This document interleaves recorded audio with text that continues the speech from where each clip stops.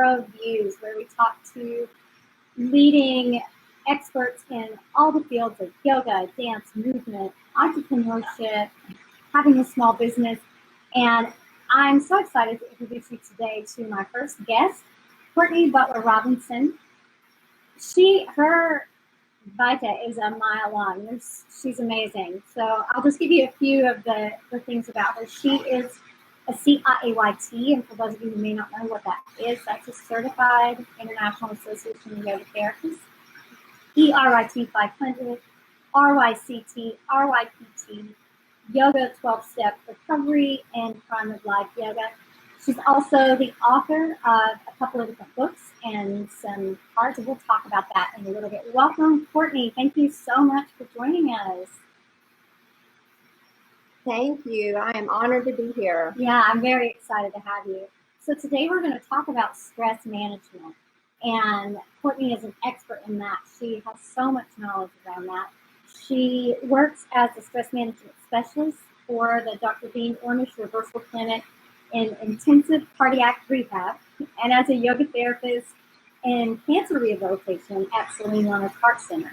So she has a ton of experience helping people manage their stress. That's what she does. That is her area of expertise, and so I'm excited to hear from her about that.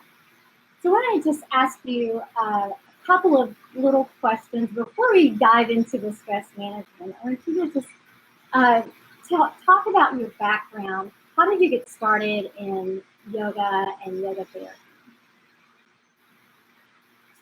So my background is extensive, and I'm going to try to keep it short. So when I was 7, I found Lilia Spallon on PBS, and so eventually I would study with her in person. And if you all don't know who she is, she's considered like the grandmother of yoga in the USA. And later on, I was introduced to meditation by a hippie aunt as a teenager. And so I never saw those two together. I did them separately for years. And about the age of 18, I went to work for Aveda Hair Care down in New Orleans.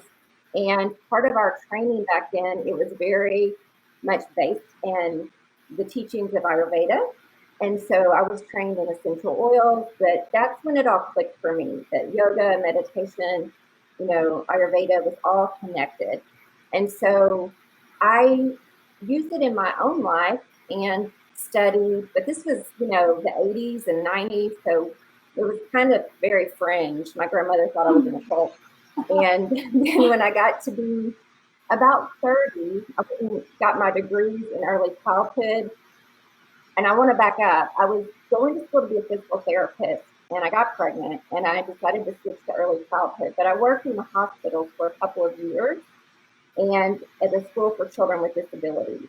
And that has really informed my path as a yoga therapist, because I became very comfortable with people who were not what we call general population.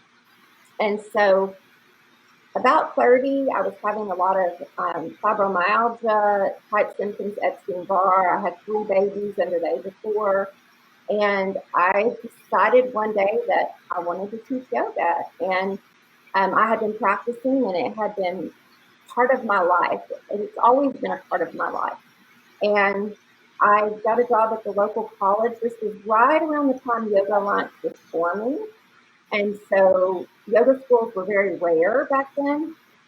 And I went ahead and started teaching. And then I ended up going to school a couple of years later.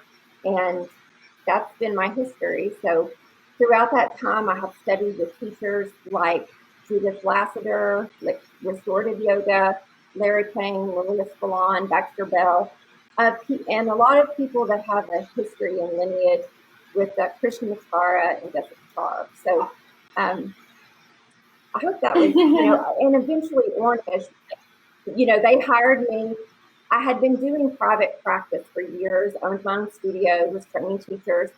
And when I got hired with Ornish, they took us out to California, and we had to spend about a week out there getting trained to work in cardiac care. So it was very intense. Like, we had to get up at 5 in the morning. We didn't go to bed till 10 at night. And then they also had like a 50-hour online program that we had to take. So yeah, I think that's it in a nutshell. There's a lot, right? And yeah, when you try to pack a lifetime of yoga practice into a little nugget, that's difficult to do. Can you talk a little bit about the Dean Ornish program and what that looks like? I know that not everyone has access to that, but just kind of a little share about what that looks like. Yes, I'm glad you asked that question because I think the whole program is synergistic in its impact. And I like to share the whole program with people, not simply the stress management or the yoga therapy part, because the World Health Organization says that yoga is a complementary medicine. And so it's very important to understand that I'm in a medical clinic, Western medicine, but at the top of the clinic on the second floor is wellness and lifestyle medicine. So Ornish is one of our programs. We do other things as well. But the Ornish program has 4 elements, that's what we call them. And those participants come and they're with us for 9 weeks, 18 sessions. And they come in and they first spend an hour with exercise physiologists doing appropriate exercise for their condition.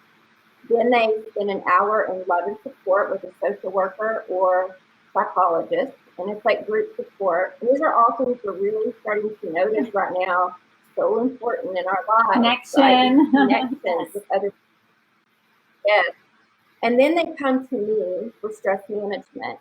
And so we'll talk about what I teach, but it's basically, postures, breathing techniques, and then meditation, progressive relaxation, and visualization. That's what I teach. And they're with me, and I'm the scary one at first, and we're in the buckle of the Bible Belt. So, they're a little apprehensive. It takes a couple of weeks, but I tend to end up being their favorite class. And then they go into nutrition, and we have registered dietitian. And so I've never been really a team person. I've always been kind of a loner. I had my own business, but I so appreciate my team and how they're just everything we do together. So those 4 elements of living a healthy life are important for everyone to know. You got to eat healthy. You got to exercise. You got to manage the stress. And you got to have connection with other people as well as inside yourself. So. Right. And I think that's the part of yoga that a lot of people don't really know about. Right? So many people think it's just stretching and moving. And so yes, that whole aspect of living yoga I think is something that is to explore a little bit more. Yes. Courtney's been talking about. So if you just tuned in, we had another live that got cut off, so we're having a 2-part series today. That's what we're doing. And yes. And so you were talking about working with clients and with meditation, and how when sometimes they tell you how much it means to them, what you're doing with them to help them manage their stress in situations where they're going in for surgery or MRI or things like that, and they're able to use your voice and those tools that you gave them.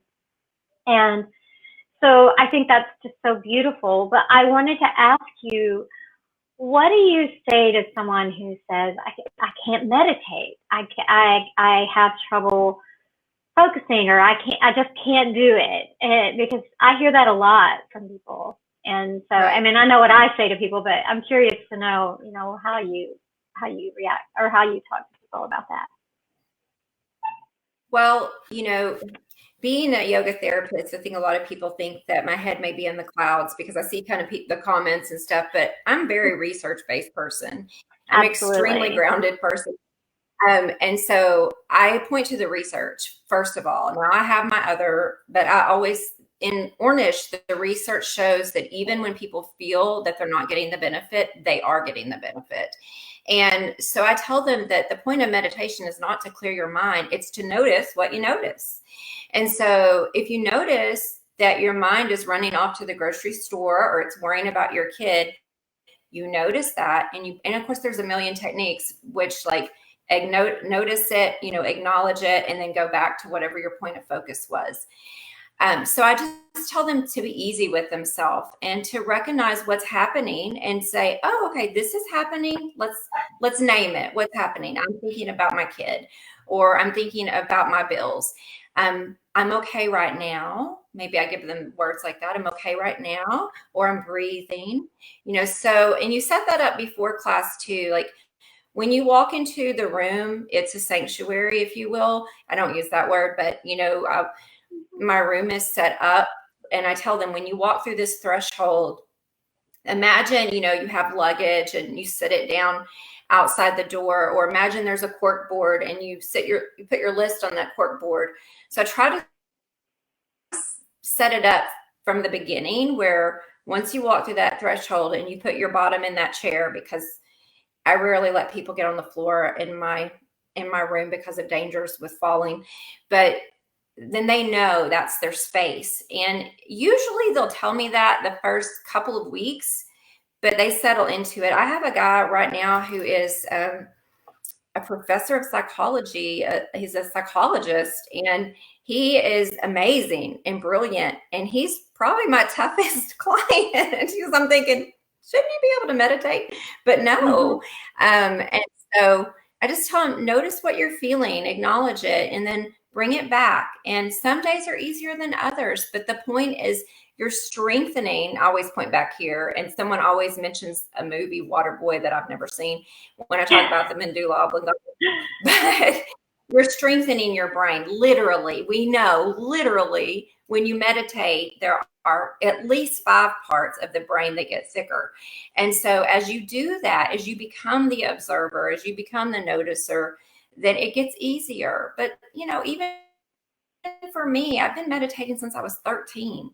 It's still some days I'm all over the place. So. Oh, yeah. I feel the same way. Sometimes I have to stop and do some jumping jacks or something. It's like I can't pull it in just all the time like that. I mean, people think that because you do yoga, you drop in at the drop of a hat, and sometimes I do. But yeah, sometimes it's harder than others, and it depends on the day, and so yeah, I think that getting into that mindset of every day is different. I wake up in a new body every day, I like to say. And our clients are that way too. Everyone, I think, some days your muscles want to do and some days they don't. And having grace around that is important, whether it's the physical, the mental, the emotional, or whatever. But I want to ask you, okay, so I'm going to recap slightly, because maybe some people are just tuning in and maybe some people didn't hear the first part. So for managing the stress, and whether it's internal stress or external stress, deep breathing is a good way. And then you said meditation. Let's talk a little bit about what yamas or niyamas, and for those who aren't yogis, what ethical principles, what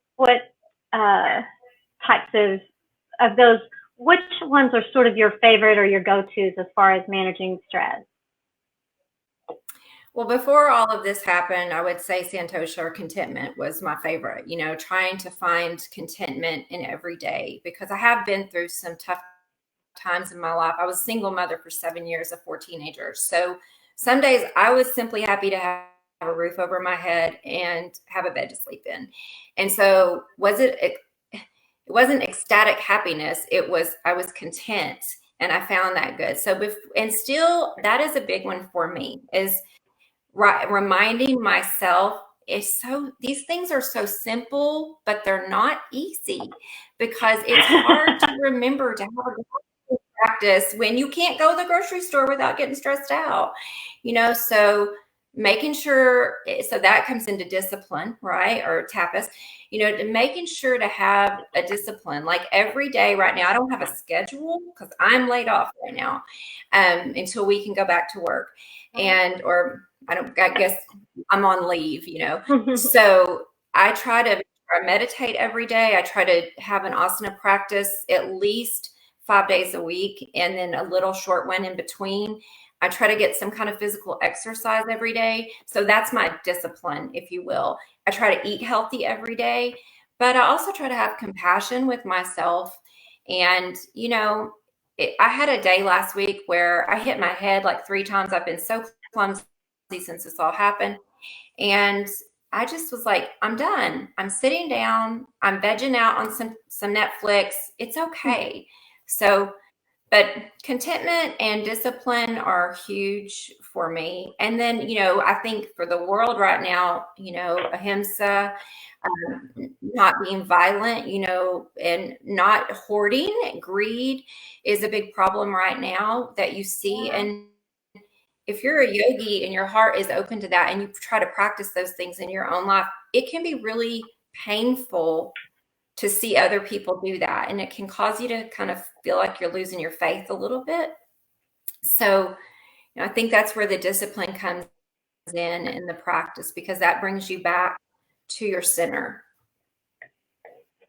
Yes. And, for me, the gratitude practice has, and a lot of people know this about me because I talk about it all the time, but it really does help. And for me, some days it is just, I'm grateful for this food that I have, and I'm grateful for this roof over my head. And sometimes I'm grateful that I have someone to take care of or something to take care of. And sometimes even just shifting the mindset from something bad to good, if you hear the noises outside, it's, oh, I'm grateful that I'm in a space where there are other people. And I don't know, you just kind of shifting it around can be helpful. And that's not to say that the bad things aren't bad, because they still are. And that's what I think. Yeah. People kind of think a gratitude practice erases everything, and it doesn't. Yeah, can you talk about that? Well, this is something that I have told the story about myself quite a few times. And this is something that we talk about. They call it, my brain, I was afraid my brain might not turn on. But I tell people, I always say, have you ever practiced visualization? And like one hand may go up out of 10 classes that I have. And I say, well, have you ever worried? Because worry is visualization, right? Because you're visualizing a terrible outcome. And we're actually wired to worry, to watch out for problems. So practicing gratitude is something that you have to very intentionally do. And I remember when my kids, I was a single mom, kids were home. My youngest has autism, and he was just very difficult. And my other kids would be like, Mom, he's going to live in the basement, play video games, and eat Fruit Loops the rest of his life. He'll never have a life. And if I let that get to me, it was really bringing me down. So I started visualizing him going to school, finishing a program. In my mind, I visualized him graduating in a cafeteria. I have no idea why, but that's what I did. And going on to have a job. It changed the way that I dealt with him. It changed my mindset. And eventually all of that happened. And he's now living on his own. He's 22. He has a car. He tore his ACL recently, so the job thing is challenging, but we're working with rehabilitation services to get him a job. So it's like, I have found that when you flip the script, it changes the way you act, and that changes the way people are to you. And so that is another technique that I teach quite often, is flipping the script. Okay, what's the best thing that can happen? Let's meditate on the best thing that can happen. And that's a good meditation in itself. I love that meditation. That's so beautiful. And I think, that flipping the script is sort of stopping the catastrophizing of whatever it is that's going on in your life. And I know that people who suffer from chronic pain, fibromyalgia, I know when I was in the throes of fibromyalgia, the catastrophizing was constant, and it was the yoga that taught me not to do that. And so I think that's just amazing. So what other stress management tools do you use besides the breath work, the meditation, the yamas and niyamas, and the asanas? What are your favorite asanas for managing stress? So we have a very, very strict prescription that we have to teach. And what I point people to who aren't in Ornish is to you can go to Pinterest or just pull it up, Google Mukunda Styles joint freeing series. Mm-hmm. And that's really pretty available for most people. It's pretty easy. It's just working through every joint in the body, which moves the energy in the body as well. Yeah. So if we can move every joint in the body, we can think in terms of asana, like, seated lateral leans or seated spinal twist or on the floor, it doesn't matter. So there's not just one for me, because I feel like it's such an energetic thing to move energy through the body. And that also prepares one to meditate. Once you get that muscle tension out and you get that stuck energy, in our body moving, Right. then it's easier and you're prepared for meditation. So, but that Mukunda style series is really, really good and simple. And then people like the work that you're doing, the work that Jean's doing, especially those with chronic pain. Now, if you're athletic, like you and I both have, autoimmune. I have rheumatoid arthritis, but I manage it with a very strict diet, exercise, and I'm late to the party. I'll be 50 this year and was diagnosed at 48, which most people are diagnosed in their 30s. So this lifestyle supports me in not being, unhealthy and having to take medication. I do want to add one thing, and I may be getting off topic a little. My husband has had 5 bypasses, and he was a professional athlete. He's very athletic. He's had 2 stents, and he is a police officer and a Marine. And I can't get him to stress management. I can barely get him to do yoga because he's always just go, go, go, go, go. We live on a horse ranch. And one thing that has helped him is I have given him a Melody Beatty book on meditation, a daily meditation, the ones that are like January 1st to December 31st. Oh, yeah. And he reads every morning. So if you're having trouble, like a daily meditation book that is, simple, that is so simple, you're going to do it, by your bed at night or before you get up in the morning, however you are. I find that he says has helped him so much, and he has terrible post-traumatic stress disorder. So for those of you out there starting out, that's a really nice, easy thing to do. Yeah. Yeah. I'm always about keeping it simple, because I know I have clients and it's fun to try fancy journaling and things like that, but not everybody will do that. I don't journal every single day. My gratitude practice is 3 things. 1, 2, 3. I think of them, I light some incense, and then I move on. So I'm all about keeping it simple. Yeah, for sure. So what else would you like to say about managing stress, or any other tips that you can give people, especially right now with everything going on with COVID-19? I know a lot of people who maybe are normally good at managing their stress are finding themselves feeling disconnected and kind of not in the best way. So what would you say to them? So again, I'm going to point to research. So we know that managing stress is the antidote to fight or flight. And when you're in fight, I think when people have this knowledge, they're more apt to do something. When you're in fight or flight, your adrenaline goes up, your cortisol goes up, your heart races, your breathing.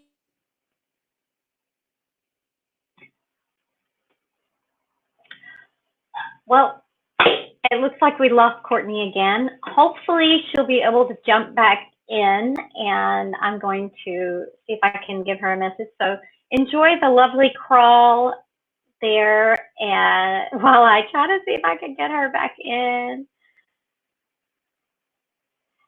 And I will take a moment to tell you about a couple of her offerings, some things that she has. She's written the book called The Mud and the Lotus, and I'm going to take. I just realized that when I took myself out, you couldn't hear me. The Mud and the Lotus is her book. It is a guide and workbook for students of yoga, and it is what she wrote and used for her 200-hour yoga teacher training. She had a yoga teacher training school from, 2008 to 2019. And so this is the book that she wrote and used for her teacher training. And so she also has this book, The Mud and the Lotus, a guide. Hold on just a moment, and let me take this other one out. Oh, she's back. Yay, I was just talking about your books. I was pimping out your books while you were gone behind your back. The Mud and the Lotus. And this one is a guide to successful yoga workshops, retreats, and conferences. And so I'll let her tell you a little bit more about those offerings a little bit later. But okay, so you're back, and we were talking about some more tips for stress management. Sorry. I was just talking about how important it is to control like your stress hormones through doing practice, because for instance, if you're diabetic, if you are stressing and in fight or flight, then your liver is going to produce more sugar or more insulin is going to be flooding your body, and that impacts your heart health. And so there are a lot of things that go on. For instance, your vagus nerve, right back here, cranial nerve number 10, it goes down your spine, spreads out like a willow tree, touches all of your organs, and it controls your heart rate, your breathing. Like, what are we hearing about right now? It controls your liver function. It controls your bladder. So there's so much to be said for the impact of stress on your health that is, we really, as a society, I don't think we understand it as fully as we should. So I think when you're educated about that, also we tell people to turn off the dang news. I mean, I have an app on my phone. I check it daily, but then I don't look at it anymore. After that, I limit my social media, things like that. And I try to plug in positive things.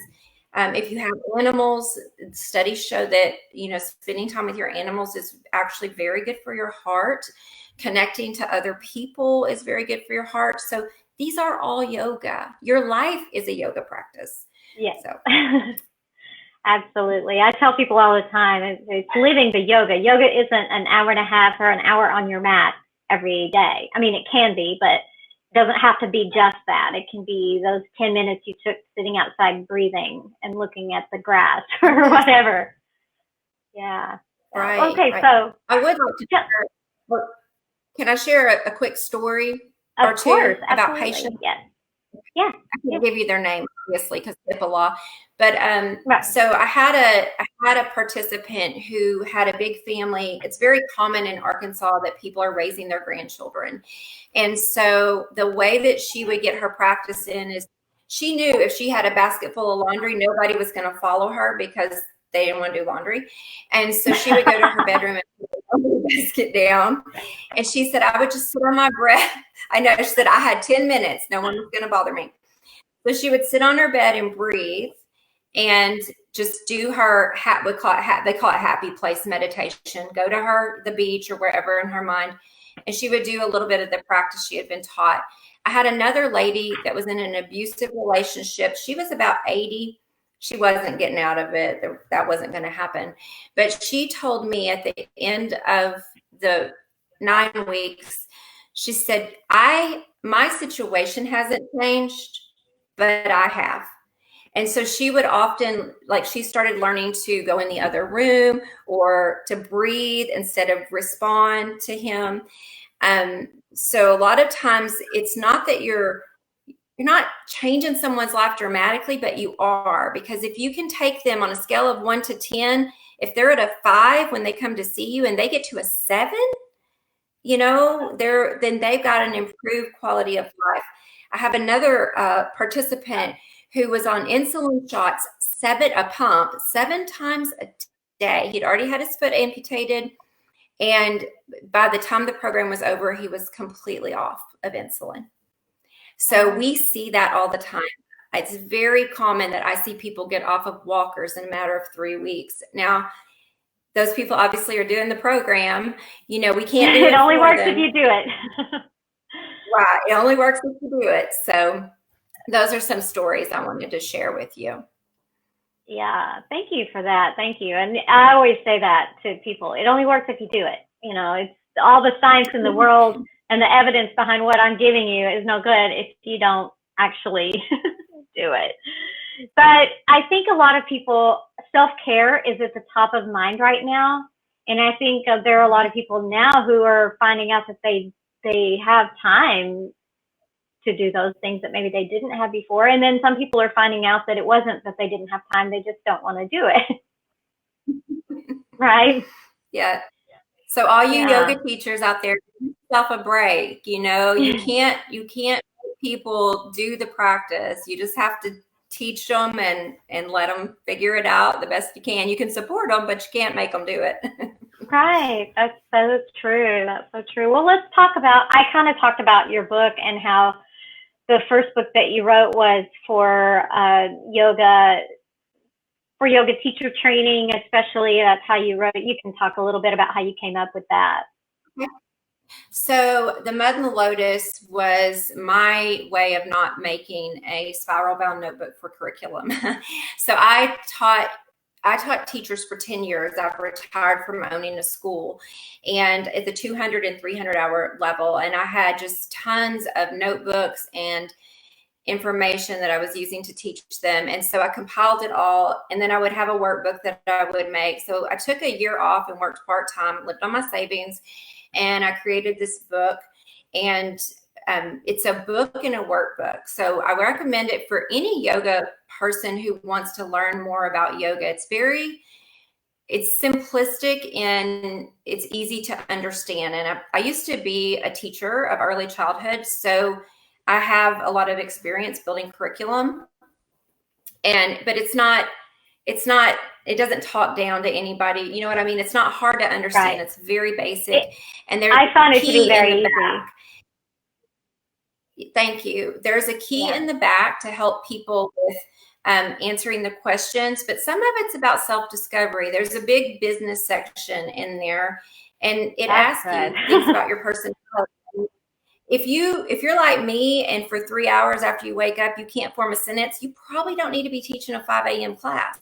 So it also covers business basics for teachers. And you can, right now, it's probably easier to order it from Et Alia Press, which is my publisher.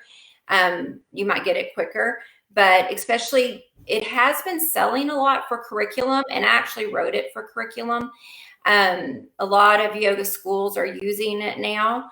And so I've been getting quite a few more reviews on Amazon. So if you want to see the reviews, I have a 5-star rating, which I'm extremely proud of. Yay. And I've been getting those all over the world now. So it makes my heart just so full. So yeah, and those class cards, if we can find some names or we'll do a drawing, those are made from the book. You can put them on your mat and practice along and just skip the ones that don't work for you. So I'll be sending out one of those along with the energetic anatomy card, which is covering the chakras and the koshas for the yoga teachers.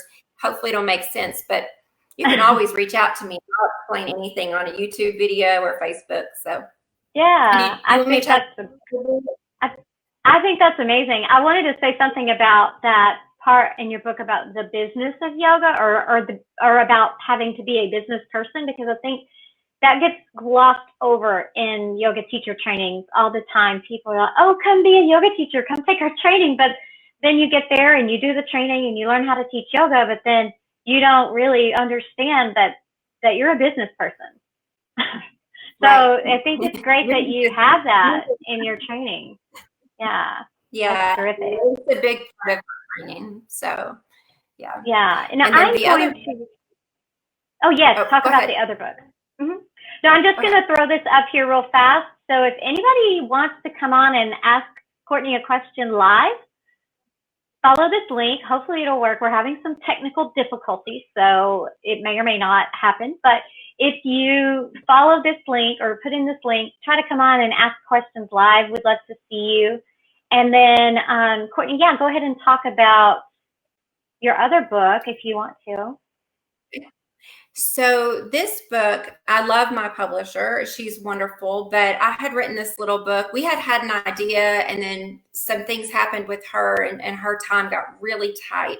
We had an idea to publish like 5 little small, like 50, 60-page books on certain topics. And because I've been teaching for 20 years, and I had a lot of different things, I was constantly answering questions from teachers and students, and And so one of the questions I was spending a lot of time on was this topic on how to offer workshops, retreats, and conferences. And I was very involved in sustainability about 20 years ago. And so I do have experience putting on large conferences with as many as 8,000 people. And so I added that experience to this, but I've put on retreats and workshops for years, more than I can count. And I went ahead and self-publish this because you can get it for free on Kindle Direct Publishing. So you can read it for free. You can also, I think it's like $4.99 if you want to keep it in your Kindle or however that works, the download. And then it's $9.99. But the great thing about it, and I even use it, I had a workshop in February, is it has checklist in it.